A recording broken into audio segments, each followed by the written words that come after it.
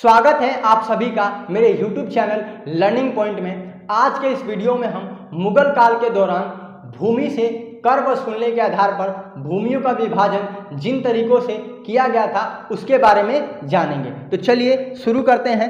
तो मुगल काल के दौरान भूमि कर से वसूली के आधार पर भूमि को 3 नामों से जाना जाता था और वो 3 नाम हैं खालसा भूमि, जागीर भूमि और सयूरगल भूमि। इस वीडियो में हम इन 3 भूमि के बारे में इन डिटेल जानेंगे। तो चलिए सबसे पहले खालसा भूमि से शुरू करते हैं। तो खालसा भूमि वह भूमि होती थी जिस भूमि की आय बादशाह के लिए सुरक्षित रखी जाती थी, यानी कि यह आय को सीधा सीधा बादशाह के शाही कोष में रखा जाता था। इसके अलावा खालसा भूमि वह भूमि भी थी जो सीधे सीधे बादशाह के अधिकार क्षेत्र में आता था और इस भूमि के ऊपर प्रत्यक्ष रूप से बादशाह का ही नियंत्रण होता था। इस भूमि से प्राप्त होने वाले आय के खर्च यानी कि व्यय की बात करें तो इस भूमि से प्राप्त आय का खर्च बादशाह द्वारा बादशाह के शाही परिवार के व्यक्तिगत खर्च के लिए किया जाता था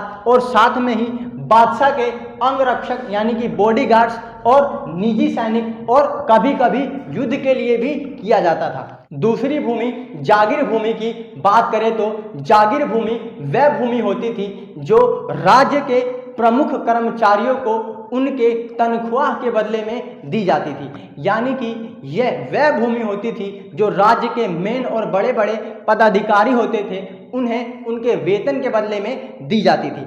इसके अलावा यह भूमि जिन अधिकारियों को दी जाती थी वे अधिकारी इस भूमि से कर भी वसूल सकते थे, यानी कि उन्हें कर वसूलने की भी इस भूमि से आज़ादी थी।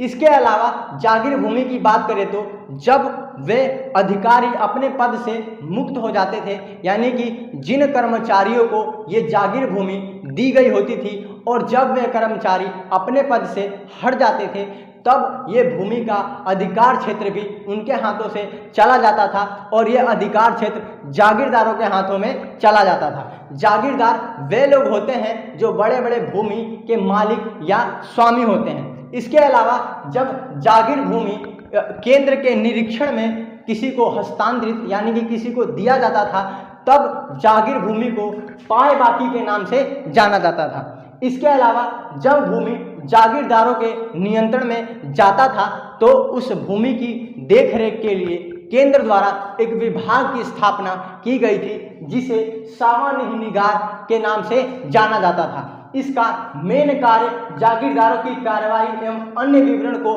केंद्र तक पहुंचाना था। तीसरे तरीके की भूमि की बात करें तो तीसरे तरीके की भूमि थी सयूरगल भूमि।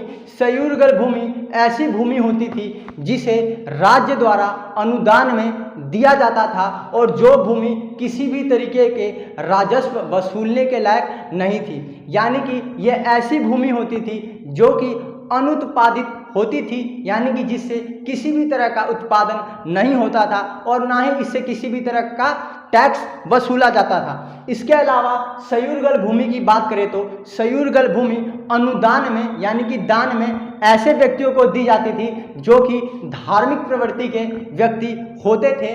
और सयूरगल भूमि की बात करें तो सयूरगल भूमि मददे मांस और मिल्क के नाम से भी जाना जाता था।